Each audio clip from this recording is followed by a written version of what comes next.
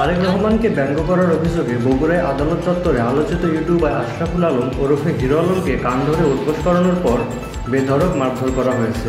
রবিবার দুপুর 12:15টার দিকে চিফ জুডিশিয়াল ম্যাজিস্ট্রেট আদালতের সামনে এই ঘটনা ঘটে। আমি এক হিরো আলম মারা গেলে 100 হিরো আলম থাকবে, কিন্তু আপনারা যারা মারধর করলেন আজকে আমাকে প্রতিটা ভিডিও ফুটে আছে, মনে করেন না যে আপনি বিএনপির লোকেরা দেশ আপনারা এখনই বাংলাদেশের প্রধানমন্ত্রী হয়ে গেছেন। তো প্রিয় দেশবাসীর কাছে বলতে চাই, কাদেরকে ক্ষমতা জানবেন দেখেন, বিএনপি ক্ষমতা না আসতে বিএনপির লোকের পাওয়ার বেড়ে গেছে। আজকে বিএনপির লোক ক্ষমতা না পেয়ে বিএনপি মারধর শুরু করছে আমাকে। আপনারা বলেন বিএনপির কর্মীদের কথা বলেছিলাম, আমি জীবনে একটা মামলা করেছিলাম, সবাই জানেন, রুহুল কবির রিজভির বিরুদ্ধে। সেই মামলাটা করেছিল আমাদের ডিবি হারুন, আমাদেরকে টেপে ফেলে, আমার পরিবারকে টেপে ফেলে ডিবি হারুন আমাকে মামলা করার আমি প্রথমে বলেছিলাম। কিন্তু এরা যে আমাদেরকে মারধর করলো, যে একটা লোক কেন কোন জায়গাতে মামলা করলো, আমি কিন্তু মামলা করে যাইনি। আজকে বিএনপির লোক আমার পর কী হারে মারধর করছে সারা বাংলাদেশ আপনি দেখছেন, আপনারা মিডিয়াতে দেখবেন। যে বিএনপি আজকে ক্ষমতা না আসতে আজকে আমাদেরকে এত পাওয়ার মারধর করলো। তো বিএনপি ক্ষমতা থাকলে মানুষ মনে করেন দিনাজপুরের পার্বতীপুর উপজেলায় বড়পুকুরিয়া কয়লাভিত্তিক তাপবিদ্যুৎ কেন্দ্রের 250 মেগাওয়াট ক্ষমতা সম্পূর্ণ প্রথম এবং দ্বিতীয় ইউনিট দীর্ঘদিন ধরে যান্ত্রিক ত্রুটির কারণে বন্ধ ছিল। গতকাল সন্ধ্যা 6:30টার দিকে 275 মেগাওয়াট ক্ষমতা সম্পূর্ণ তৃতীয় ইউনিটও বন্ধ হয়ে যায়। এর কারণ হিসেবেও যান্ত্রিক ত্রুটিকে চিহ্নিত করেছে কর্তৃপক্ষ। 36 দিন বন্ধ থাকার পর গত শুক্রবার মেরামত শেষে তৃতীয় ইউনিট পুনরায় চালু করা হয়। তবে মাত্র 2 দিন পরই আবারও যান্ত্রিক ত্রুটির কারণে সোমবার সন্ধ্যায় সেটি বন্ধ হয়ে যায়। বর্তমানে বিদ্যুৎ কেন্দ্রের পুরো উৎপাদন কার্যক্রমই বন্ধ রয়েছে। প্রকৌশলী মোহাম্মদ আবু বকর সিদ্দিক বলেন, চীনা ঠিকাদারি প্রতিষ্ঠানকে পুনরায় জানানো হয়েছে এবং তারা মেরামতের জন্য 2 সপ্তাহ সময় চেয়েছে। চীন থেকে প্রয়োজনীয় যন্ত্রাংশ পৌঁছালে আবার উৎপাদন শুরু করা সম্ভব হবে। ভারত সবসময় তার পার্শ্ববর্তী দেশগুলোর উপর প্রভুত্ব করেছে, যা কারোর জন্যই শুভ নয় বলে মন্তব্য করেছেন বাংলাদেশ জাতীয়তাবাদী দলের বিএনপি মহাসচিব মির্জা ফখরুল ইসলাম আলমগীর। সোমবার 9 সেপ্টেম্বর জাতীয়তাবাদী মহিলা দলের প্রতিষ্ঠা বার্ষিকী উপলক্ষে জিয়াউর রহমানের সমাধিসৌধে ফুল দেওয়ার পর সাংবাদিকদের প্রশ্নের জবাবে একথা বলেন তিনি। দুর্ভাগ্যজনকভাবে আমরা দেখতে পাচ্ছি শুধু বাংলাদেশ নয়, পার্শ্ববর্তী দেশগুলোর সঙ্গেও ভারতের সম্পর্ক খুব ভালো যাচ্ছে না। আসলে ভারতবর্ষের যে আপনার পার্শ্ববর্তী দেশগুলোর সঙ্গে তাদের যে রাজনীতি এবং তাদের যে আচরণ, সেটা কোন প্রেক্ষিতে তারা কীভাবে করছেন সেটা তারা ভালো বোঝেন, সেটা বলেছেন। কিন্তু দুর্ভাগ্যজনকভাবে আমরা দেখতে পাচ্ছি শুধু বাংলাদেশ নয়, পার্শ্ববর্তী দেশগুলোর সঙ্গেও ভারতের সম্পর্ক খুব ভালো যাচ্ছে না। এটা অন্যতম প্রধান কারণ আমার কাছে যেটা মনে হয় যে ভারত সবসময় একটা প্রভুত্ব একটা রাজনীতি তারা এই দেশগুলোর সঙ্গে করে, পার্শ্ববর্তী দেশগুলোর সঙ্গে করেছে, যেটা ভারতের জন্য শুভ বয়ে আনবে না, পার্শ্ববর্তী দেশগুলোর জন্য শুভ বয়ে আনবে। সুতরাং পারস্পরিক সম্মানের ভিত্তিতে, মর্যাদার ভিত্তিতে, পারস্পরিক স্বার্থের ভিত্তিতে সেই সম্পর্ক গড়ে তোলা উচিত বলে আমরা মনে করি। গণ অভ্যুত্থানে হাসিনা সরকারের পতন ও স্বাধীনতার 1 মাস উপলক্ষে আহত শহীদদের স্মরণে সারা দেশে শহীদি মার্চ কর্মসূচি ঘোষণা করেছে বৈষম্য বিরোধী ছাত্র আন্দোলন। বৈষম্য বিরোধী ছাত্র আন্দোলনের সমন্বয়ক সারজিজ আলম বলেন, এদিন সারা দেশের প্রতিটি থানা, ইউনিয়ন, মহল্লা সব জায়গায় এই কর্মসূচি পালন হবে। যে যার জায়গা থেকে শহীদদের ছবি, বিভিন্ন স্লোগান সহ প্লেকার্ড নিয়ে এই কর্মসূচিতে অংশগ্রহণের অনুরোধ জানানো হয়। আমরা যে ওই প্যাসেজ যে কোনো সরকার কার কোনোদিন গ্রহণ করতে প্রস্তুত নই, আমরা যে তাদেরকে ঘৃণা ভরে প্রত্যাখ্যান করছি, করব, সেই মেসেজগুলো থাকতে পারে। কেন্দ্রীয় কর্মসূচি হিসেবে বিকেল 3টায় নিউ মার্কেট থেকে শুরু হয়ে ধানমন্ডি, কলাবাগান, জাতীয় সংসদ সড়ক, ফার্ম গেট, শাহবাগ, রাজু ভাস্কর্য হয়ে শহীদ মিনারে গিয়ে এই শহীদি মার্চ শেষ হবে। সেখানে আহত এবং শহীদদের অভিভাবকদেরকেও অংশগ্রহণ করার আহ্বান জানায় সমন্বয়করা। আমরা আগামীকাল 5 সেপ্টেম্বর আমাদের ছাত্র জনতার অভ্যুত্থানের 1 মাস পূর্তি উপলক্ষে আমরা একটি শহীদি মার্চ করতে চাই। এই শহীদি মার্চে আমরা চাইব আমাদের যেই বাবা মারা, যেই ভাই বোনেরা তাদের সন্তান হারিয়েছে, তাদের ভাই বোন হারিয়েছে, বিনয়ের সাথে আমরা আপনাদের প্রতি অনুরোধ করতে চাই, আপনারা আমাদের সাথে আসুন।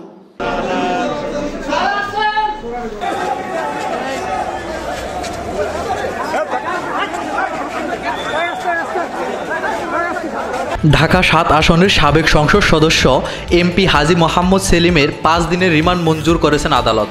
আজ সোমবার ঢাকার মেট্রোপলিটন ম্যাজিস্ট্রেট মোহাম্মদ আখতারুজ্জামান শুনানি শেষে রিমান্ডের আদেশ দেন।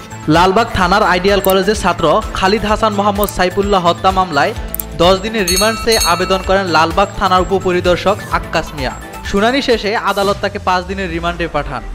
আজিমপুর তার সংসদীয় এলাকায় এক ছাত্র জনতার বৈষম্য বিরোধী ছাত্র জনতার মিছিলে পুলিশ গুলি চালায়। এই গুলিতে আইডিয়াল কলেজের প্রথম বর্ষের ছাত্র মেধাবী ছাত্র খালিদ হাসান সাইফুল্লাহ বুকে পিঠে মাথায় গুলিবিদ্ধ হয়ে মারা যায়। এই হত্যা মামলায় তার পিতা হাজী সেলিম সহ অনেকের বিরুদ্ধে মামলা করে। তার মধ্যে এই মামলায় এজাহার নামীয় আসামি হল হাজী সেলিম, ২৫ নম্বর এজাহার নামী আসামি।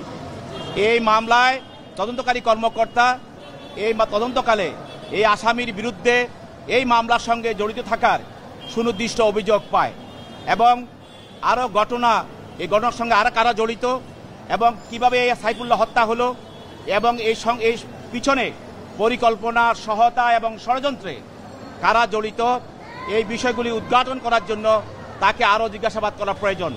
সেই মর্মে ১০ দিনের রিমান্ড প্রার্থনা করে তদন্তকারী কর্মকর্তা। বিজ্ঞ আদালত তদন্তকারী কর্মকর্তার দরখাস্তের গুণাগুণ এবং এজাহারের বিষয়বস্তু গুণাগুণের উপরে ভিত্তি করে তিনি আসামির বিরুদ্ধে ৫ দিনের রিমান্ড মঞ্জুর করেন। বৈষম্য বিরোধী ছাত্র আন্দোলনে গত ১৮ জুলাই লালবাগের আজিমপুরে সরকারি আবাসিক এলাকায় আইডিয়াল কলেজের প্রথম বর্ষের শিক্ষার্থী খালিদ হাসান সাইফুল্লাহ গুলিবিদ্ধ হয়ে মারা যান। এই ঘটনায় তার বাবা কামরুল হাসান গত ১৯ আগস্ট লালবাগ থানায় হত্যা মামলা করেন। মামলায় সাবেক প্রধানমন্ত্রী শেখ হাসিনা সহ ৫২ জনকে আসামি করা হয়।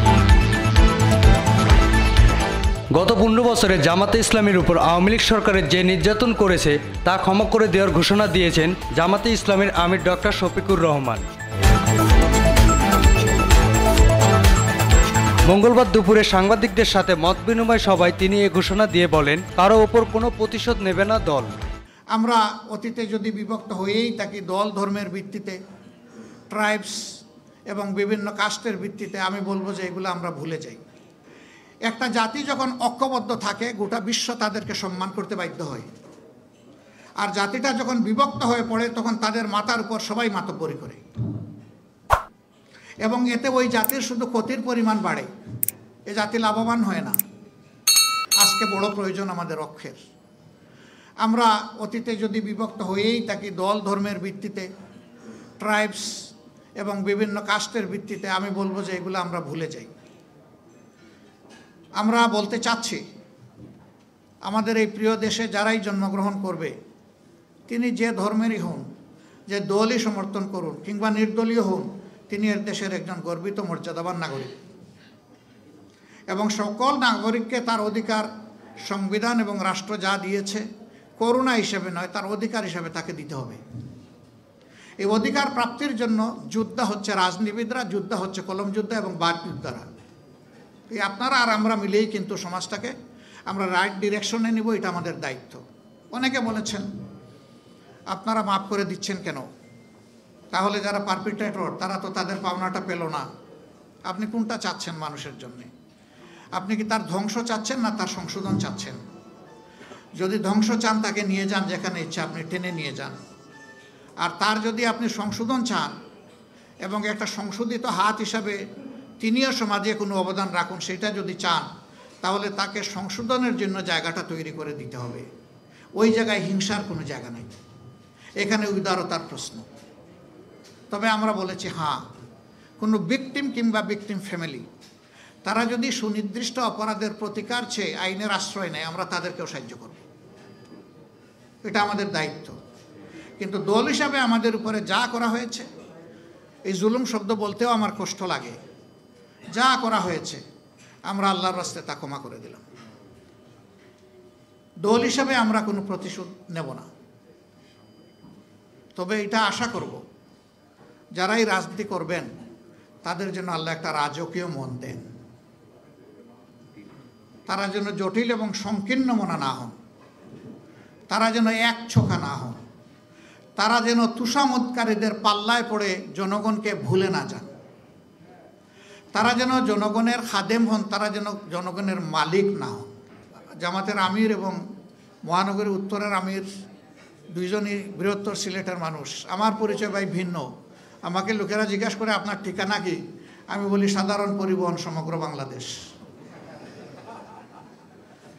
আমি যদি এই সংগঠনের প্রধান হয়ে থাকি তাহলে আমার নির্দিষ্ট ঠিকানা নাই, আমার সারা বাংলাদেশই আমার ঠিকানা। আমি যদি বাংলাদেশকে সেইভাবে না নেই তাইলে আমি ইনসাফ করতে পারবো না, আমার দলের উপরে পারবো না, আমি দেশবাসীর উপরে পারবো না। সরকারি চাকরিতে প্রবেশের বয়সসীমা 35 বছর করার দাবিতে রাজধানীর শাহবাগ অবরোধ করেছেন আন্দোলনকারীরা।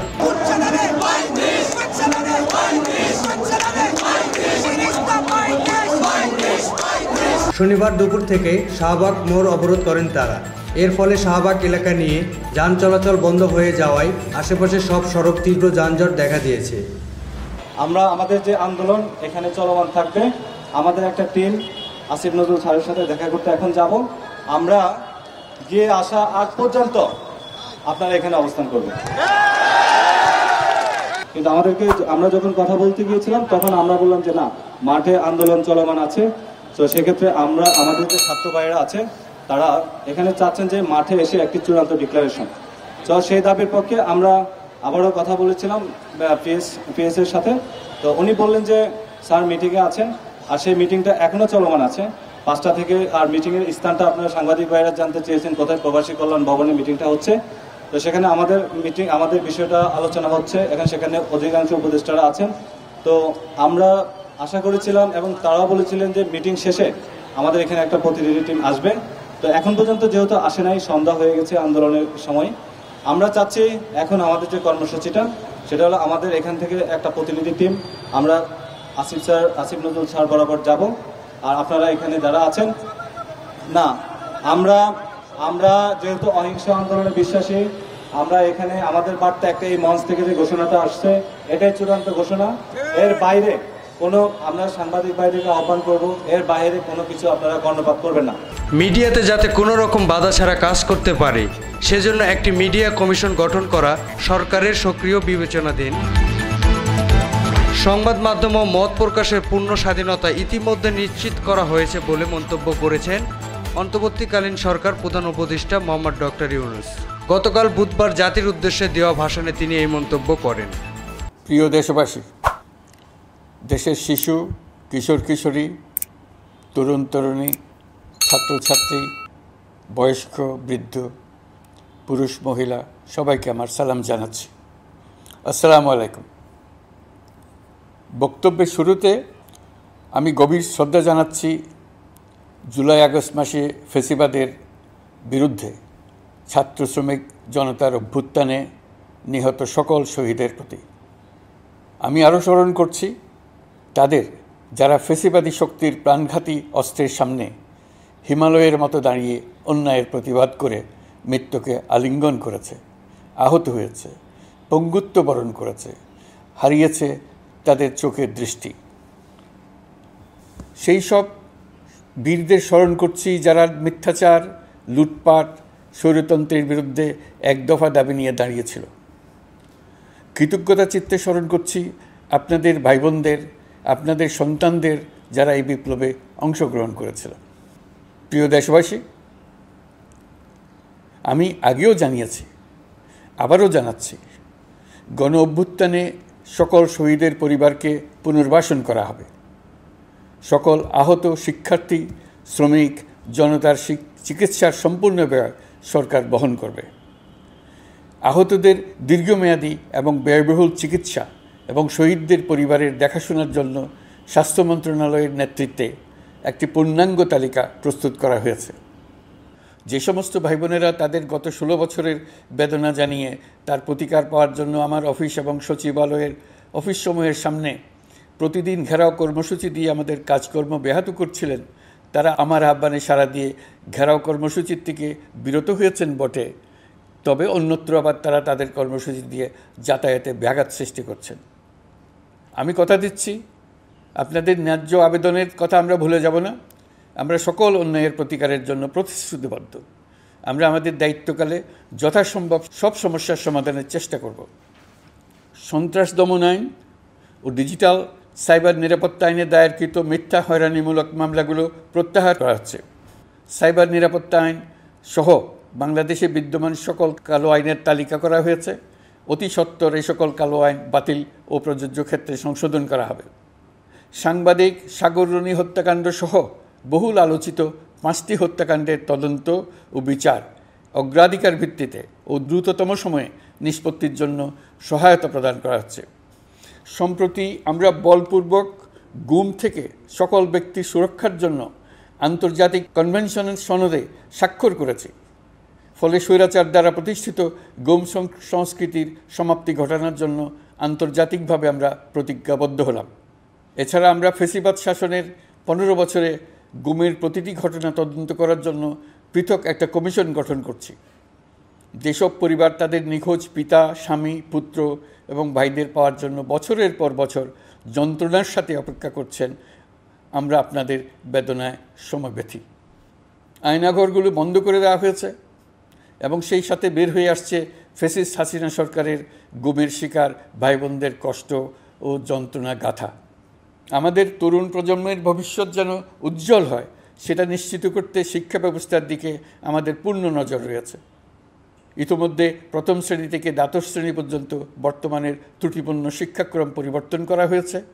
বই সংশোধন ও পরিমার্জনের কাজ শেষ পর্যায়ে আছে। এই সংস্কারের কাজ অব্যাহত থাকবে। ব্যাংকিং খাতে এই 1 মাসে বিরাট পরিবর্তন এসেছে, আপনারা নিশ্চয়ই সেটা লক্ষ্য করেছেন। আমরা এই খাতে নিয়মনীতি প্রতিষ্ঠা করতে পেরেছি। আরও অনেক কাজ বাকি রয়ে গেছে। প্রথম মাসের কাজ হিসেবে শুধু প্রধান কাজগুলো করেছি, তার সঙ্গে রয়েছে আরও অনেক পরবর্তী কাজ। ফ্যাসিবাদী সরকার লুটপাট করার জন্য নতুন করে 60,000 কোটি টাকা ছাপিয়ে বাজারে ছাড়ার কারণে মুদ্রাস্ফীতির শিকার হয়েছে দেশের মানুষ। এই অতুলনীয় মুদ্রাস্ফীতি নিয়ন্ত্রণ অন্তর্বর্তী সরকারের অন্যতম প্রধান লক্ষ্য। মুদ্রাস্ফীতি নিয়ন্ত্রণের লক্ষ্যে পলিসি সুদের হার বৃদ্ধি করে 9% উন্নীত করা হয়েছে। মূল্যস্ফীতি থেকে সাধারণ মানুষকে সুরক্ষা দেওয়ার উদ্দেশ্যে ওএমএস খাদ্যবান্ধব কর্মসূচি সহ সুলভ মূল্যে প্রান্তিক মানুষের কাছে নিত্য প্রয়োজনীয় দ্রব্য সরবরাহ চলমান রাখা হয়েছে। মূল্যস্ফীতি মোকাবেলায় চলতি অর্থ বছরে চাল ও গম আমদানির জন্য 5,800 কোটি টাকা, আভ্যন্তরীণ সংগ্রহের জন্য 8,900 কোটি টাকা এবং খাদ্য ভর্তুকির 3টি প্রোগ্রামের জন্য 7,360 কোটি টাকা বরাদ্দ রাখা হয়েছে। বিভিন্ন স্টেক হোল্ডারের সাথে সভা করে মূল্যস্ফীতি নিয়ন্ত্রণের করণীয়সমূহ চিহ্নিত করা হয়েছে। পরিচালন ও উন্নয়ন ব্যয় যৌক্তিক পরিমাণে হ্রাস করার জন্য কার্যক্রম গ্রহণ করা হয়েছে। কৃষিপণ্য উৎপাদনের জন্য সার আমদানির ক্ষেত্রে প্রয়োজনীয় বৈদেশিক মুদ্রার সরবরাহ নিশ্চিত করার পদক্ষেপ নেওয়া হয়েছে। প্রকৃত চাষিগণ যাতে কৃষি ঋণ পেয়ে থাকেন তা নিশ্চিত করার উদ্যোগ নেওয়ার পাশাপাশি কৃষি ঋণের পরিমাণ বৃদ্ধি করা হয়েছে। মার্কিন ডলারের বিপরীতে টাকার বিনিময় হার স্থিতিশীল রাখার লক্ষ্যে বৈদেশিক মুদ্রার বিনিময় হারকে বাজারভিত্তিক করা হয়েছে। কালো টাকা সাদা করার অনৈতিক অনুমতি বাতিল করা হয়েছে। কমিশনের রিপোর্টের ভিত্তিতে সরকার পরবর্তী পর্যায়ে প্রধান রাজনৈতিক দলগুলোর সাথে পরামর্শ সভার আয়োজন করবে। চূড়ান্ত পর্যায়ে ছাত্র সমাজ, নাগরিক সমাজ, রাজনৈতিক দলের প্রতিনিধি, সরকারের প্রতিনিধি নিয়ে ব্যাপক ভিত্তিক 3 থেকে 7 দিন ব্যাপী একটি পরামর্শ সভার ভিত্তিতে সংস্কার ভাবনার রূপরেখা চূড়ান্ত করা হবে। এতে এই রূপরেখা কীভাবে বাস্তবায়ন হবে তার একটি ধারণাও দেওয়া হবে। এই আয়োজন জুলাই গণ অভ্যুত্থানের বার্তা বাস্তবায়ন ও রাষ্ট্র পুনর্নির্মাণ তাগিদের ঐক্যবন্ধনে গোটা জাতিকে শক্তিশালী ও আশাবাদী করে তুলবে বলে আমাদের বিশ্বাস।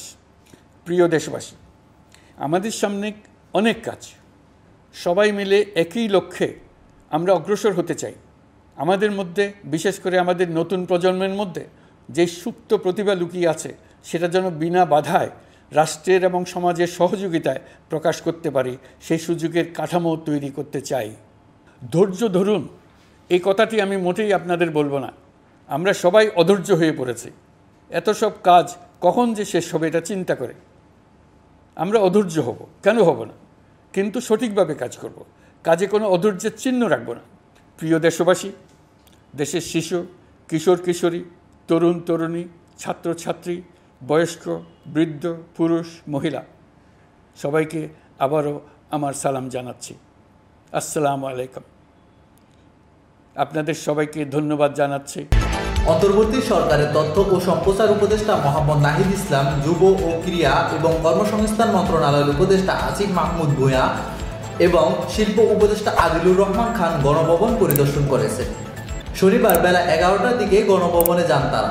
জনগণই যে আসল মালিকানার এবং ক্ষমতার মালিক, সেই বিষয়টিকে একটি নিদর্শন হিসেবে পুরো পৃথিবীর বুকে রাখার জন্যই আমরা এই গণভবনটিকে জুলাই গণঅভ্যুত্থানের স্মৃতি জাদুঘরে পরিণত করার সিদ্ধান্ত নিয়েছি সরকারের পক্ষ থেকে, এবং সেই উদ্দেশ্যে আজকে আমাদের প্রাথমিক ভিজিট ছিল। 2024 সালের জুলাইয়ের যেই গণঅভ্যুত্থান, সেই গণঅভ্যুত্থানের স্মৃতি এবং এই ফ্যাসিবাদী যেই শাসন, এই শাসনের সময়কার যেই জনগণের উপর যে অত্যাচার, নিপীড়ন, গুম, খুনের যেই স্মৃতিগুলো আছে সেগুলো সংরক্ষণ করে এই গণভবনকে একটি জাদুঘরে রূপান্তরিত করে জনগণের জন্য উন্মুক্ত করে দেওয়া হবে।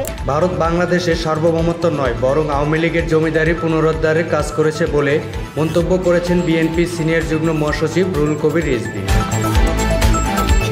আজ শনিবার সকালে নার্সেস অ্যাসোসিয়েশন অব বাংলাদেশের প্রতিষ্ঠা বার্ষিকীতে বিএনপির প্রতিষ্ঠাতা জিয়াউর রহমানের সমাধিতে শ্রদ্ধা নিবেদন শেষে তিনি একথা বলেন। বাংলাদেশের সার্বভৌমত্ব আপনাদের কাছে তো মোটেই নিরাপদ নয়, আপনাদের কাছে শুধু একজন মাত্র ব্যক্তি নিরাপদ, তিনি শেখ হাসিনা। পিলখানা হত্যাকাণ্ডের মতো ঘটনা, এইটা নিয়ে সংশয় দীর্ঘদিনের, এটা কারা ঘটিয়েছে? আজকে কিন্তু প্যান্ডোরার বাক্স খুলতে শুরু করেছে। এটা যদি আবারও সুষ্ঠু তদন্ত করা হয় তাহলে অনেক নতুন জিনিস বেরিয়ে আসবে। বাংলাদেশের জনগণ, বাংলাদেশের স্বাধীনতা, বাংলাদেশের সার্বভৌমত্ব আপনাদের কাছে তো মোটেই নিরাপদ নয়, আপনাদের কাছে শুধু একজন মাত্র ব্যক্তি নিরাপদ, তিনি শেখ হাসিনা। আমরা যেমন ভারতের স্বাধীনতা সার্বভৌমত্বকে শ্রদ্ধা করি, ভারতেরও উচিত হবে বাংলাদেশের স্বাধীনতা সার্বভৌমত্বকে শ্রদ্ধা করা। মহাসড়ক অবরোধ করে দেশের বিভিন্ন স্থানে শ্রমিকদের বিক্ষোভ নিয়ে কথা বলেছেন শ্রম ও কর্মসংস্থান উপদেষ্টা আসিফ মাহমুদ সজীব। এর পিছনে আওয়ামী লীগের লোকজন সহ বহিরাগত রয়েছে এবং তাদের বিরুদ্ধে অভিযান শুরু হবে বলে জানান তিনি। শ্রমিকদের যে ন্যায্য দাবিগুলো আছে সেগুলো নিয়ে আমরা অনেকগুলো লং টার্ম দাবি আছে, যেমন বেতন বৃদ্ধি, লং টার্ম দাবির মধ্যে আছে শ্রম আইন। তো এগুলো নিয়ে তো আমরা লং টার্ম আলোচনা করতে হবে। আমি তো একদিনে বসে শ্রম আইন ঠিক করে দিতে পারবো না। এখন যেই আন্দোলনগুলো হচ্ছে, আমাদের শ্রমিক নেতৃবৃন্দ তো সবসময় শ্রমিক আন্দোলনগুলোর সাথে যুক্ত থাকেন, তারাই মূলত শ্রমিকদেরকে নিয়ে, শ্রমিকদের ন্যায্য বিভিন্ন দাবি দাওয়া নিয়ে আন্দোলন করেন। 2023 সালে আমরা দেখেছি মজুরির জন্য তারা আন্দোলন করেছেন। তারা এই আন্দোলনের প্রকৃতিটা তারা নিজেরাও বুঝে উঠতে পারছেন না, কেননা এখানে কোনো নির্দিষ্ট দাবি উঠে আসছে না, কোনো নির্দিষ্ট দফা পাওয়া যাচ্ছে না। সেখানে তাদের যারা সাধারণত শ্রমিক আন্দোলনগুলোতে সংগঠিত করেন তারাও সেখানে সেভাবে নেই। সেখানে বহিরাগত লোকজনের আধিক্য দেখা যাচ্ছে। কিছু কিছু জায়গায় বেতন দেয়া নিয়ে মালিকপক্ষ বেতন দিতে দেরি করছে, সে কারণে আন্দোলন হচ্ছে। আর কয়েকটা স্পেসিফিক ফ্যাক্টরি আছে যেখানে মালিকপক্ষ পালিয়ে গেছে, সেখানে কিছুটা আনরেস্ট হয়েছে, সেগুলোকে আমরা অ্যাড্রেস করছি। সেগুলোর জন্য সরকার সফট লোনের ঘোষণা দিয়েছে এবং সেটার পরিধি আরও বৃদ্ধি করা হবে। তবে এই ছোট ছোট স্পেসিফিক কয়েকটা জায়গা আনরেস্টকে কেন্দ্র করে যেই জায়গাগুলোতে ফ্যাক্টরি ক্লাস্টারগুলো আছে সেখানে দেখা গেছে যে বহিরাগতরা এসে এবং বেকার যুব সংঘ নামে কয়েকটা, যারা কখনোই আগে আসলে শ্রম এরিয়ার মধ্যে কোনো আন্দোলন করেনি, এসে গাড়ি ভাঙচুরের মতো ঘটনা ঘটাচ্ছে। শ্রমিক নেতারাই আমাকে বললেন যে তারা ওখানে হেঁটে এসেছেন এবং ওনারা দেখেছেন যে হেলমেট পরা, হাফ প্যান্ট পরা, যারা সাধারণত টোকাই আর কি, যাদেরকে টাকা দিয়ে বিভিন্ন প্রোগ্রামের জন্য করা হয়, ভাড়া করা হয়, তাদেরকে সেখানে দেখা গেছে। আমরা শ্রমিক নেতৃবৃন্দের সাথে কথা বলেছি, আমরা তাদেরকে বলেছি যে আপনাদের শ্রমিকদের যে ন্যায্য দাবিগুলো আছে সেগুলো নিয়ে আমরা অনেকগুলো লং টার্ম দাবি আছে, যেমন বেতন বৃদ্ধি, লং টার্ম দাবির মধ্যে আছে শ্রম আইন। তো এগুলো নিয়ে তো আমরা লং টার্ম আলোচনা করতে হবে। আমি তো একদিনে বসে শ্রম আইন ঠিক করে দিতে পারবো না। চিকিৎসাধীন এক শিক্ষার্থীর মৃত্যু ঘিরে অপারেশন থিয়েটারে ঢুকে হামলা ও আরেক ঘটনায় জরুরি বিভাগে ভাঙচুরের প্রতিবাদে সেবা বন্ধ করে রেখেছেন ঢাকা মেডিকেল কলেজের হাসপাতালের চিকিৎসকরা। আজ রোববার সকাল থেকে নিরাপত্তাহীনতার কারণে তারা এই কর্মসূচি পালন করছেন বলে জানিয়েছেন। জরুরি বিভাগ সহ পুরো হাসপাতালে মিলছে না কোনো ধরনের চিকিৎসা সেবা। চিকিৎসকদের কর্মবিরতিতে কার্যত অচল হয়ে পড়েছে হাসপাতাল। রোগীরা পড়েছেন বিপাকে। ক্ষোভ প্রকাশ করেছেন রোগী ও তাদের স্বজনেরা। অনেক ডাক্তার রাত দিন খেটে পরিশ্রম করে চিকিৎসা সেবা দিয়ে যাচ্ছে। এখন কোথায় কোথায় তাদের গায়ে হাত তোলা, এটা কোনোভাবেই মেনে নেওয়া যায় না। আমি এই ঘটনার যারা এই কাজটা করেছে আমি এই ঘটনার নিন্দা জানাই এবং আমি প্রতিশ্রুতি দেই আমার সকল ডাক্তারের কাছে যে আমি এইসব ঘটনার সিসিটিভি ফুটেজ যেগুলি নিশ্চয়ই আসছে এগুলো বিশ্লেষণ করে আমি তাদেরকে আইনের আওতায় আনবো, এটা আমার অঙ্গীকার। এখন দেখেন ডাক্তাররা শাটডাউন ঘোষণা করেছে, চিকিৎসা সেবা না পেলে কেউ টিকতে পারবে? দেশ ঠিক থাকবে? থাকবে না। তাই আমি সবাইকে আবেদন করব, অনুরোধ করব, আইন নিজের হাতে তুলে নেবেন না। অবৈধ অস্ত্র উদ্ধারের জন্য আজ মঙ্গলবার রাত 12টার পর থেকে যৌথ অভিযান পরিচালিত হবে। দুপুরে সচিবালয়ে আইন শৃঙ্খলা সংক্রান্ত উপদেষ্টা পরিষদ কমিটির বৈঠক শেষে স্বরাষ্ট্র উপদেষ্টা লেফটেন্যান্ট জেনারেল জাহাঙ্গীর আলম চৌধুরী সাংবাদিকদের এ তথ্য জানান। আগামীকাল রাত 12টা থেকে আমাদের যৌথ বাহিনীর অপারেশন শুরু হবে হাতিয়ার কালেকশনের জন্য। আজ কিন্তু শেষ হয়ে যাচ্ছে অবৈধ বা বৈধ সব অস্ত্র জমা দেওয়ার শেষ তারিখ। আগামীকাল রাত 12টা থেকে আমাদের যৌথ বাহিনীর অপারেশন শুরু হবে হাতিয়ার কালেকশনের জন্য। আমি এই ব্যাপারেও আমি আপনাদেরও সহযোগিতা চাচ্ছি যেন আমরা অবৈধ অস্ত্রগুলি কালেক্ট করতে পারি। তারপরে আমাদের সাথে আলোচনা হয়েছে যে মাদক আমাদের একটা বড় ধরনের সমস্যা, এই মাদকটা আমরা কিভাবে নিয়ন্ত্রণ করতে পারি। এই মাদক নিয়ন্ত্রণটা আমাদের জন্য খুবই জরুরি। এই জন্য আমরা বিভিন্ন ধরনের পদক্ষেপ নিতে যাচ্ছি যেন এটা নিয়ন্ত্রণের ভিতরে চলে আসে এবং মাদকের গডফাদারদের যেন আমরা আইনের আওতায় আনতে পারি। জাতীয় সংসদের স্পিকার শিরিন শারমিন চৌধুরী পদত্যাগ করেছেন। আজ সোমবার রাষ্ট্রপতি মোহাম্মদ শাহাবুদ্দিনের কাছে তিনি পদত্যাগপত্র জমা দিয়েছেন বলে বঙ্গভবন সূত্র নিশ্চিত করেছে। ছাত্র জনতার অভ্যুত্থানের মুখে গত 5 আগস্ট শেখ হাসিনা প্রধানমন্ত্রীর পদ থেকে পদত্যাগ করে দেশ ছাড়েন। এরপর রাষ্ট্রপতি সংসদ ভেঙে দেন। 8 আগস্ট অন্তর্বর্তী সরকার শপথ নেয়। শেখ হাসিনা সরকারের পতনের 27 দিনের মাথায় পদত্যাগ করলেন স্পিকার শিরিন শারমিন চৌধুরী। 2008 সালের নির্বাচনে আওয়ামী লীগ ক্ষমতায় আসার পর স্পিকার নির্বাচিত হন আব্দুল হামিদ। তাকে রাষ্ট্রপতি নির্বাচিত করা হলে 2013 সালের 30 এপ্রিল স্পিকার নির্বাচিত হন শিরিন শারমিন। ঢাকা বিশ্ববিদ্যালয়ের সব আবাসিক হলে গণরুম বিলুপ্তির সিদ্ধান্ত নেওয়া হয়েছে। আজ মঙ্গলবার সকালে বিশ্ববিদ্যালয়ের প্রভোস্ট স্টাডিং কমিটির এক সভায় এই সিদ্ধান্ত নেওয়া হয়। এতে বলা হয়, বিশ্ববিদ্যালয়ের উপাচার্য অধ্যাপক ডাক্তার নিয়াজ আহমেদ খানের সভাপতিত্বে প্রভোস্ট স্টাডিং কমিটির এই সভা হয়। সভায় গণরুম বিলুপ্তির পাশাপাশি হলের গেমস রুমকে সহশিক্ষামূলক কার্যক্রমে ব্যবহারের উপযোগী হিসাবে গড়ে তোলার সিদ্ধান্ত হয়। এছাড়াও আগামী 22 সেপ্টেম্বর থেকে বিশ্ববিদ্যালয়ের ক্লাস চালুর বিষয়ে আলোচনা করা হয় এবং এ বিষয়ে প্রয়োজনীয় ব্যবস্থা নেয়ার জন্য প্রভোস্টদের নির্দেশনা দেওয়া হয়। পররাষ্ট্র উপদেষ্টা মোহাম্মদ তৌহিদ হোসেন বলেছেন, ইউএনএইচসিআর চায় বাংলাদেশ আরও রোহিঙ্গাকে আশ্রয় দিক, কিন্তু আমরা পরিষ্কারভাবে বলেছি বাংলাদেশ তার দায়িত্বের চেয়ে বেশি রোহিঙ্গাকে আশ্রয় দিয়েছে। রোববার 8 সেপ্টেম্বর পররাষ্ট্র মন্ত্রণালয়ে সাংবাদিকদের সঙ্গে আলাপকালে একথা বলেন পররাষ্ট্র বিষয়ক উপদেষ্টা মোহাম্মদ তৌহিদ হোসেন। আর একজন রোহিঙ্গাকেও আশ্রয় দিতে রাজি না, কিন্তু কিছু ঢুকে যাচ্ছে, এটা আমরা জানি। এটা অবস্থান হচ্ছে এরকম যে আমরা খুব স্পষ্টভাবে বলেছি যে আমরা আর একজন রোহিঙ্গাকেও আশ্রয় দিতে রাজি না, কিন্তু কিছু ঢুকে যাচ্ছে, এটা আমরা জানি। সেটাকে আমরা যতটুকু পারা যায় ঠেকানোর চেষ্টা করছি। বিজিবি যেটা করছে সেটা হলো যে প্রতিদিনই কিন্তু পুশব্যাক করছে, যাদেরকে আমরা ধরতে পারছি, কিন্তু একটা বড়সড় এলাকা নিয়ে তারা বিভিন্ন জায়গা দিয়ে ঢুকছে। সেগুলোকে সব ক্ষেত্রে যে আমরা ধরতে পারছি সেটা সামর্থ্যেরও কিছু সীমাবদ্ধতা আছে, সে কারণে পারছি না, কিন্তু আমরা যেখানে পারছি সেখানে কিন্তু আমরা ফেরত দেওয়ার চেষ্টা করছি। ইউএনএইচসিআর চায় যে আমরা তাদেরকে আশ্রয় দেই, কিন্তু আমরা তাদের কাছে স্পষ্ট করেছি যে আমাদের যে 12 লাখ রোহিঙ্গাকে আমরা আশ্রয় দিয়েছি, আমরা আমাদের ভূমিকা যতটুকু হওয়া উচিত তার থেকে বেশি পালন করেছি। আমাদের পক্ষে আর সম্ভব না। যারা আমাদেরকে উপদেশ দিতে আসে বা চায় তারা বরং তাদেরকে নিয়ে যাবে। বৈষম্য বিরোধী ছাত্র আন্দোলনের নেতারা নতুন রাজনৈতিক দল গঠন করতে যাচ্ছে কিনা? সাংবাদিকদের এমন প্রশ্নের জবাবে বৈষম্য বিরোধী ছাত্র আন্দোলনের অন্যতম সমন্বয়ক হাসনাত আবদুল্লাহ বলেন, জনগণ বলুক নতুন দল গড়ার দরকার কিনা। 4 সেপ্টেম্বর ঢাকা বিশ্ববিদ্যালয়ের টিএসসিতে এক সংবাদ সম্মেলনে এসব কথা বলেন তিনি। আপনারা জনগণকে একটু কাইন্ডলি প্রশ্ন করেন যে তারা রাজনৈতিক দল চায় কিনা, তারা চায় কিনা এই দ্বিবিভাজনের যে রাজনীতি যেটি ছিল সেটি থেকে তারা মুক্তি পেতে চায় কিনা। কারণ আমরা দেখেছি ক্লকওয়াইজ এবং অ্যান্টি ক্লকওয়াইজ করাপশন, অর্থাৎ গত 16 বছর একজন করাপশন করেছে একটা নামে।